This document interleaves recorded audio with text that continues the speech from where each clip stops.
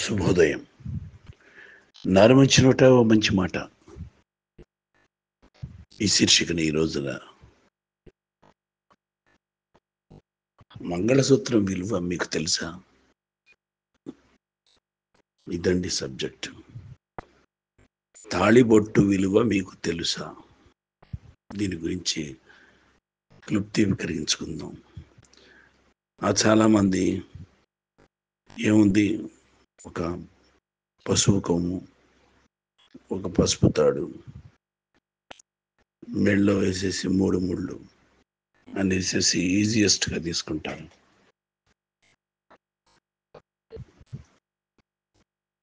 పసుపు తాడు మెళ్ళో గడితే బంధమా అని, 7 అడుగులు నడిస్తేనే అది ఒక బంధమా అని చెప్పి ఈ మధ్య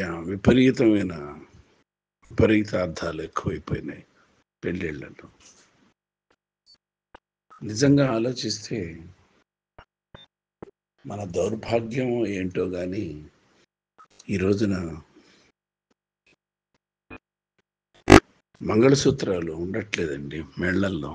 స్త్రీలకు ఉద్యోగం చేసేవాళ్ళు చాలామందిని మనం గమనిస్తూ ఉంటే మంగళసూత్రాలు ఉండట్లేదు, కాళ్ళకు మెట్టెలు ఉండట్లేదు, నుదుటిన బొట్టు ఉండట్లేదు, సిగలో పూలు అసలు లేవు.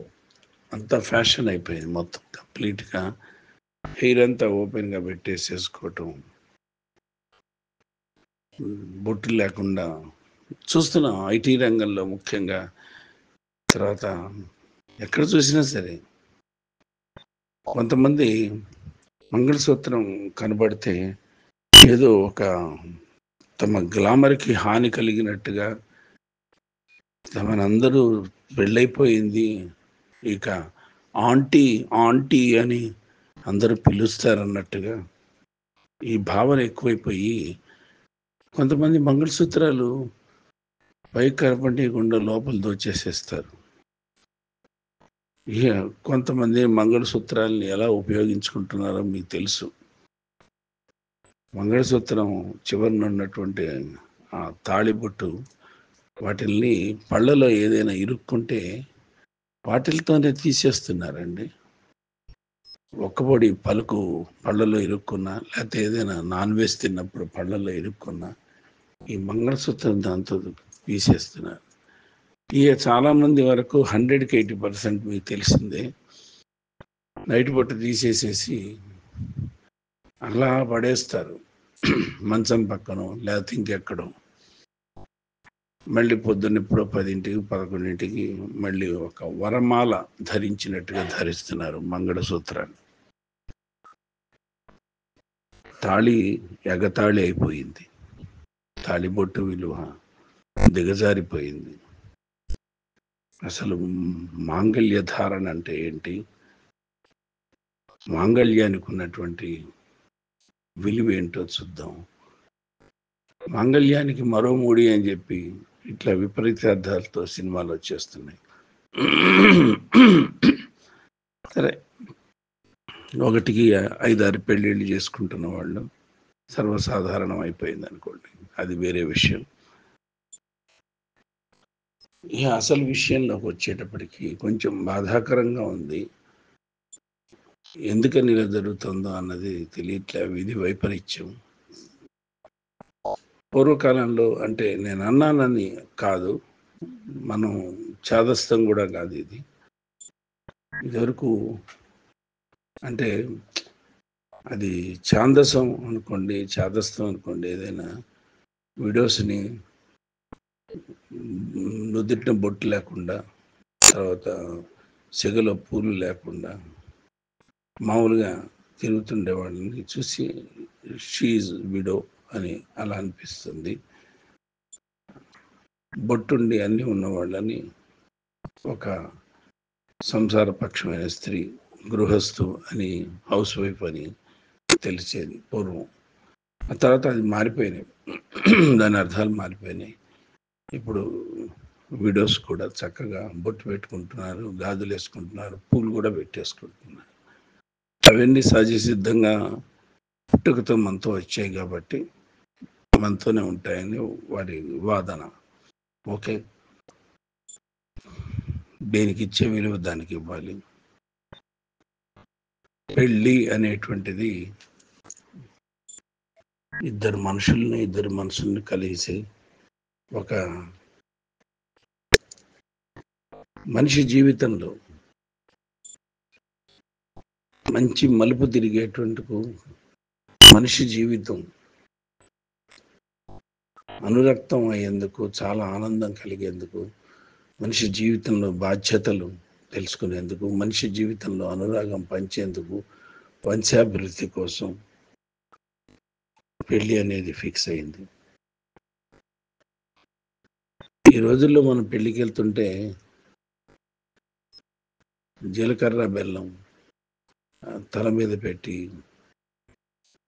అదొక ముహూర్తం, చక్కగా సావధాన సావధాన అంటుంటే, వేదమంత్రాలు చదువుతుంటే, గట్టి మేళం మోగుతూ ఉంటే, అక్షతలు పడుతూ ఉంటాయి. తర్వాత మూడు ముళ్ళు వేసేటప్పుడు చాలా సరదాగా, సంతోషంగా, ఆనందంగా ఆ గడియ, ఆ శుభ గడియ కోసమే అందరం కూర్చుంటాం. ఆ శుభ గడియ ఎప్పుడు వస్తుందా అని. ఆ శుభ గడియ రాగానే బ్లెస్ చేసి కొత్త దంపతుల్ని హాయిగా కంగ్రాచులేషన్స్ చేసి పేరెంట్స్ని వాళ్ళు ఇచ్చే విందు ఆరగించి వెళ్ళిపోతూ ఉంటాం. అంటే తాళిబొట్టుకు అంత విలువ ఉండేది దొరుకు. ఒక్కసారి తాళిబొట్టు గురించి వివరిస్తానండి. ఇప్పటికే ఇంట్రడక్షనే కొంచెం ఎక్కువైంది. మన హిందూ సోదరి మండల దౌర్భాగ్య పరిస్థితి ఏమిటంటే, నవీనత పరాకాష్ట వెళ్ళి మంగళసూత్రాన్ని విసిరేస్తున్నారు, వదిలేస్తున్నారు, పక్కకి నిర్లక్ష్యం చేస్తున్నారు, లేదా పక్కన పెట్టడం పరిపాటిగా మారిపోయింది. అంతేకాకుండా ఈ సినిమాలు, టీవీల పుణ్యమా అని అది ఒక ఆట వస్తువుగా కూడా మారిపోయిందండి. మన కర్మ కొద్దీ మన బంధుమిత్ర గణాల నుండి వచ్చే వాట్సాప్లు, ఫేస్బుక్లో వచ్చే ఫోటోలు కూడా ఎక్కువ శాతం మంగళసూత్రాలు, బొట్టు, గాజులు లేకుండా మనకు కనిపిస్తూనే ఉన్నాయి. ముఖ్యంగా యాడ్స్లో, సినిమా యాడ్స్లో వచ్చేవి కూడా అంతే అలాగే ఉంటున్నాయి. ఇది చాలా అరిష్టం. క్షీరసాగర మథన సందర్భంలో మాంగళ్య వివరణ గురించి చాలా సోదాహరణంగా తెలియజేశారండి. మృంగేడివాడు విభుండని, మృంగేడిదియు గరళమనియు, మేలని ప్రజకున్ మృంగుమనే సర్వమంగళ మంగళ సూత్రంబునంత మది నమ్మినదో. పరమశివుడు భయంకరమైన హలాహలాన్ని త్రాగి కూడా చిరంజీవిగా ఉన్నాడంటే అది ఆయన గొప్ప కాదట. అమ్మ పార్వతీదేవి కంఠాన ఉన్న మాంగళ్య ధారణం, మాంగళ్య భరణం గొప్పదన్నమాట. అందుకనే అంటూ ఉంటారు, నీ తాళిబొట్టు గట్టిదమ్మా, నీ తాళిబొట్టు గొప్పదమ్మా, మీ ఆయన బతికాడు అని చెప్పి చాలాసార్లు మనకి. అలాగే మాంగళ్యం తంతునా నేనా మమ జీవన హేతున కంటే బద్నామి సుభగే త్వం జీవ శరదాంశ. ఇది అందరికీ తెలిసిందే. ఓ శుభగా, నా జీవనానికి ఆధారమైన ఈ మంగళసూత్రాన్ని నీ కంఠానికి కడుతున్నాను. నువ్వు దీన్ని ధరించి నా జీవితాన్ని నిలుపుతావు.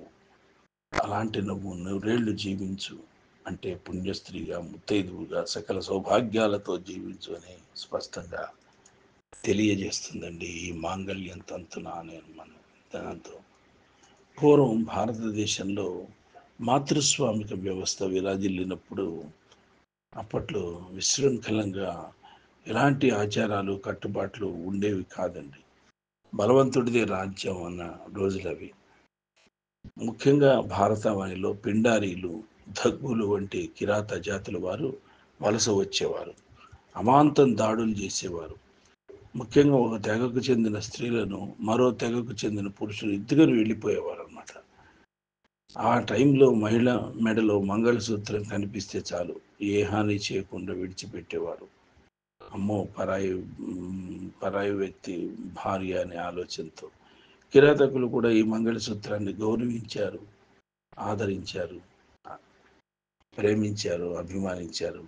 అలా కోట్లాది మగవుల మానవ ప్రాణాలను కాపాడింది ఈ మంగళసూత్రం. అందుకే అప్పటి నుండి ఆడపిల్ల పుడితే బాల్యంలోనే పెళ్లి చేసేసి మాంగళ్యం వేసేవారు అనమాట.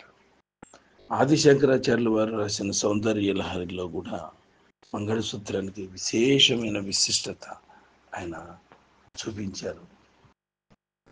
మంగళసూత్రంలో ముత్యం పగడం ధరింపజేసే సాంప్రదాయం మంది. ఎందుకంటే ముత్యం చంద్రగ్రహానికి ప్రతీక. చంద్రుడు దేహ సౌఖ్యం, సౌందర్యం, మనస్సు, శాంతి, ఆనందాలకు, అన్యోన్య దాంపత్యాలకు కారకుడు. మరి శారీరకంగా నేత్రాలు, క్రొవ్వు, గ్రంథులు, సిరలు, ధమనులు, స్తనములు, స్త్రీల గుహ్యావయవములు, నరములు, ఇంద్రియాలు, గర్భధారణ, ప్రసవాలకు కారకుడు. పగడం కుజగ్రహానికి ప్రతీక అండి. కుజగ్రహ దోషాల వల్ల అతి కోపం వస్తుంది, కలహాలు వస్తే మూర్ఘత్వం, సామర్థ్యం, రోగం, రుణపీడలు ఉంటాయి ఎక్కువగా. తర్వాత అగ్ని, విద్యుత్ భయాలు ఉంటాయి, పరదూషణ, కామవాంఛలు ఉంటాయి, దీర్ఘ సౌమాంగల్యము, దృష్టి దోషము ఇత్యాదులు కూడా, ఇలాంటివన్నీ కూడా. మరియు శారీరకంగా ఉదరం, రక్తస్రావం, గర్భస్రావం, ఋతు దోషాలు మొదలైనవి ఉంటాయండి. ఇవన్నీ కూడా పగడం కుజగ్రహానికి ప్రతీక అయితే ఇలా జరుగుతూ ఉంటుంది. ఖగోళంలో ముఖ్యమైనటువంటి నక్షత్రాలు మనకు 27 ఉన్నాయి. ఆ 27 నక్షత్రాలలో చంద్రుడు 27 రోజులు సంచారం కావించి 28వ రోజున కుజంతో కలిసే రోజే స్త్రీకి ఋతు సమయం. అంటే అర్థం, ఆరోగ్యమైన స్త్రీకి 28వ రోజులకు ఋతు దర్శనం కావాలి తప్పనిసరిగా. భారతీయ సాంప్రదాయ స్త్రీలకు మంగళసూత్రంలో ముత్యం మించిన విలువైంది లేనే లేదండి. దానికి తోడు జాతి పగడం ధరించడం మన మహర్షులు చెప్పడంలో విశేష గూఢార్థాలు కూడా ఉన్నాయి. అదేమిటంటే ముత్యం పగడం ధరించిన పాత తరం స్త్రీలలో ఆపరేషన్ అనేది చాలా అరుదైన విషయం. ఇది చాలా గమనించండి మీరు. ముత్యం పగడం ధరించిన పాత తరం స్త్రీలలో ఆపరేషన్ అనేది చాలా అరుదైన విషయం, సీజరింగ్ అలాంటివి లేకుండా అనమాట. కానీ నేటి తరం స్త్రీలలో కానుపు ఆపరేషన్లలోనే జరుగుతున్నాయి, సర్వసాధారణమైపోయింది. ఎన్ని కుట్లు పడ్డాయి, సీజరీను, కత్తెర, ఈ వీటిలతోనే చేసేస్తున్నారు. ముత్యం పగడం సూర్యుని నుండి వచ్చే కిరణాలలో ఉండే ఎరుపు అంటే కుజుడు, తెలుపు అంటే చంద్రుడు స్వీకరించి స్త్రీ భాగంలోని అన్ని నాడీ కేంద్రాలను ఉత్తేజపరిచి శారీరకంగా, భౌతికంగా జంట గ్రహాలు స్త్రీలలో వచ్చే నష్టాలను, దోషాలను తొలగిస్తాయనటంలో ఎలాంటి సందేహం లేదు. ఇది సైంటిఫిక్, ఇది శాస్త్రీయత, ఇది ఎన్నోసార్లు మనకి ప్రూవ్ చేస్తూ వస్తుంది. చంద్ర క్రూజుల కలయిక ప్రతి స్త్రీ జీవితంలో ఎంత ప్రాముఖ్యం వహిస్తాయో, అలాగే ముత్యం పగడం రెండూ కూడా కలిపిన మంగళసూత్రం స్త్రీకి అత్యంత శుభ ఫలితాలను సమకూరుస్తుందండి. నిజంగా ఆలోచిస్తే ఏ స్త్రీ నుదురు శిరస్సులో కుంకుమ, సర్వకామద, సర్వమంగళ, మెడలో మంగళసూత్రాలు గౌరీదేవికి ప్రతీకలు, నల్లపూసల గొలుసు మహాకాళి, మట్టి గాజులు ప్రత్యంగిరాదేవి, వెండి మెట్టెలు కామేశ్వరి, ఇలా ఆ స్త్రీకి సర్వదా శ్రీమాత అనుగ్రహం కలుగుతూ ఉంటుంది. ఇవన్నీ ఉంటే ఆ జగన్మాత పరిరక్షిస్తూ ఉంటుంది, పర్యవేక్షిస్తూ ఉంటుంది, ఆరోగ్యాన్ని కాపాడుతుంది, ఆ కుటుంబాన్ని ఆశీర్వదిస్తూ ఉంటుంది. పాశ్చాత్య అనుకరణ వేరిలో ఊగుతున్న మన ఆడకూతుర్లను మనం మందలించలేము, ఎందుకంటే వాళ్ళే మనల్ని మందలిస్తున్నారు. మీకు తెలియదు, నన్ ఆఫ్ యువర్ బిజినెస్ అని. మన ధర్మం వైపు తీసుకురావటం అదంతా ఈజీ కాదు. దీని విశిష్టతను అర్థం అయ్యే వరకు తెలియపరచటానికి ప్రయత్నాలు మాత్రం చేస్తూనే ఉండాలి. తాళికట్టు శుభవేళ, మెడలో కళ్యాణమాల అని ఏనాడు ఏ జంటకు ఆ దేవుడు రాశాడో తెలియదు, విధి ఎప్పుడు అని. నిజంగా తాళిబొట్టుకి విలువ లేదండి ఈ రోజుల్లో. చాలా బాధాకరంగా ఉంటుంది. తాళిని ఎగతాళి చేసేసి తీసేస్తున్నారు. కొంతమంది బయటకు వస్తే మంగళసూత్రాన్ని దొంగలు ఎత్తుకెళ్ళిపోతారని పూర్వకాలంలో ఇంట్లో దాచి వచ్చేవాళ్ళు, లేదా కొంచెం జాకెట్ లోపల భద్రపరిచేవారు. ఓకే, అది మంగళసూత్రం టక్కని తెంచుకెళ్తారన్నది ఆలోచనతో ఉంటే సరే. పూర్వం ఇంకా వెళ్ళాలంటే భార్యామణులు లేవంగానే ఫస్ట్ మంగళసూత్రాన్ని కాళ్ళకు అద్దుకొని భర్త పాదాలకు దండం పెట్టడం, అదంతా కూడా విపరీతార్థాలు, చాదస్తం కింద ట్రాష్, ఇవన్నీ వేస్ట్ అని తీసేసారు. అసలు ఇవన్నీ లేవు. ఇప్పుడు అసలు మంగళసూత్రాలు లేవనుకోండి. ఎందుకు పెళ్ళిళ్ళల్లో తాళిబొట్లు కట్టించుకోవటం, తాళిబొట్టు అంతరార్థం పంతులు గారు చెప్పటం, పెళ్ళి యొక్క అర్థం చెప్పటం, పెళ్ళి అంటే ఏమిటి, పెళ్లి మంత్రాల్లో ఉన్నటువంటి అంతరార్థాలని ఆయన వివరించి చెప్పటం, అవన్నీ పోయినాయి. అవన్నీ కూడా ఆర్జే సౌండ్స్లో, ఈ సిస్టమ్స్లో, ఈ హడావిడిలో అసలు అవి పట్టించుకునే వాళ్ళే లేరు. పురోహితుల వారు కూడా అవన్నీ తీసేసి షార్ట్ కట్లు వెళ్ళిపోతున్నారు పెళ్లికి. చాలా పెళ్ళిళ్ళు మనకు గమనిస్తే ముహూర్తం దాటిన తర్వాత జరుగుతున్నాయి. మంచి పండితుడు, జ్యోతిష్య పండితుడు ఒక మంచి ముహూర్తం చూసి ఫలానా ఘడియలు విఘడియలు అవన్నీ వేసి ఈ టైంకి పెళ్లి జరగాలి అంటే ఆ టైంకి ఇంకా కళ్యాణ మంటపానికి కూడా రారు ముహూర్తం టైంకి. అంటే అట్లా అయిపోయింది పరిస్థితి. దానివల్లే ఈ విడాకులు, ఈ విడిపోటాలు, ఈ భార్యాభర్తల మధ్య మనస్పర్ధలు.